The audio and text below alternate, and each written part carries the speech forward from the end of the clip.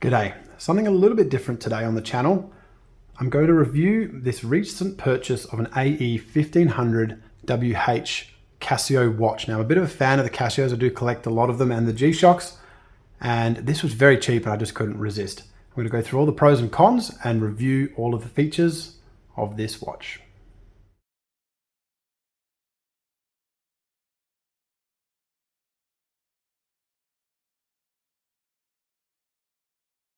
Okay, first things first, they are a very cheap watch. I got it for $60 online, Australian, and that's about what they go for.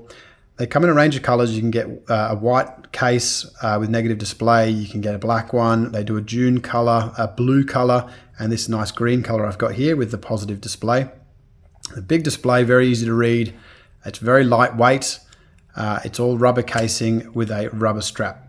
It's fairly cheaply made, but it's put together pretty well. The buttons are pretty functional. And it's quite easy to use. I've enjoyed wearing it for the last week or so. It feels good on the wrist, and it looks the part as well, considering the price. Plastic screen, you don't get mineral glass or sapphire. Okay, so here we have the main home screen of the watch. We have the date at the top, the time in the middle, and the seconds at the bottom. On the side here, we have a small animation of the seconds. There's 10 blocks there, and that's also used for the stopwatch as well. We have 24-hour, 12-hour time here. We can swap that around. The date is always the month in the middle. You can't swap that around. So it's obviously the second month, the 6th day, and it'll have the day of the week up in the top corner there as well. To adjust, we hold down the adjust button, and we can adjust the seconds, the hours, the minutes, the year. It's automatic calendar, so obviously it's 2024.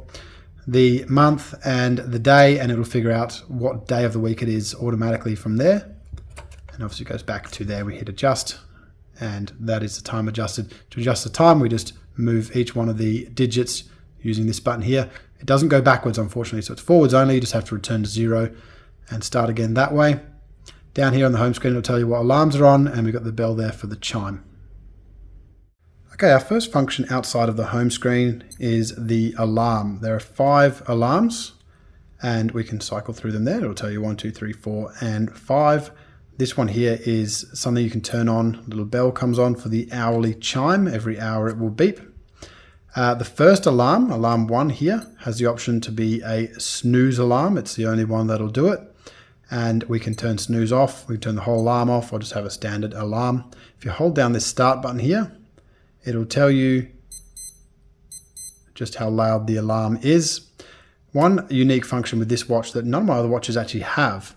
If we adjust the alarm, we've got the hour, we've got the minutes, but then we've also got a date here. We can turn on the alarm for January all the way through. Let's go for June, and we can set a specific day we want the alarm to go off at 6:42 p.m. on the 10th of June, which is very unique. I haven't seen that in any other G-Shock that I've got. And that's a good little function that comes with the 5 alarms on this watch. We've got the alarms here, and the little black function here will tell you whether it's turned on or not. Okay, if we move on to the second function here, we have a timer function. If we hold down the adjust, we can set how many hours it goes for. Now these max out at 23 hours 59 minutes. We get to 23 and it goes back to 0, which is fine. We set that for 1 hour. We can also set our minutes. Now we can only go forward. If we want to go back where you traditionally think back would be, it actually turns on auto repeat, and that automatically repeats the timer once it runs down to 0. But that's a handy little function. Press the timer button and it counts down. The alarm will chime, and obviously with auto repeat it will start again. Okay, if we move on to the third function, we've got the alarm, the timer, and now we have a stopwatch. We hit start and it starts counting obviously upwards. We hit stop. It'll tell you your split seconds here, 96, and these little graphic on the side will tell you it's 9 and a bit.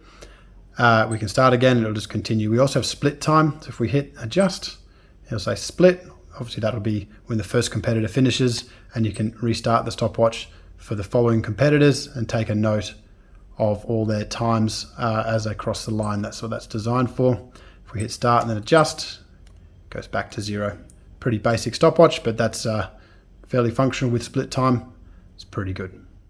Okay, our fourth and last function is dual time. So we don't have world time. We have dual time, where we can set a time in a different city manually, and we can run 2 different time zones. We can be looking at Sydney, and then we can return to home time or whatever you use it for. It won't tell you what city it is, but it will be your dual time. Handy little function, but does fall a little bit short of having world time. And then that returns back to the home screen. As you cycle through, the home screen has a slightly lighter beep, so you know you've returned back to the main screen. So that's all the functions of the watch. Let's have a quick look at how the illumination looks like in the backlight. Okay, we dim the lights, and we have a light button here, and there's 2 LEDs at the bottom that give us this orange glow.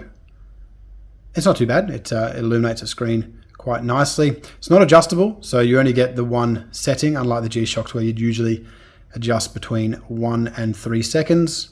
And it's also not automatic like some of the G-Shocks as well, but it does the job quite nicely.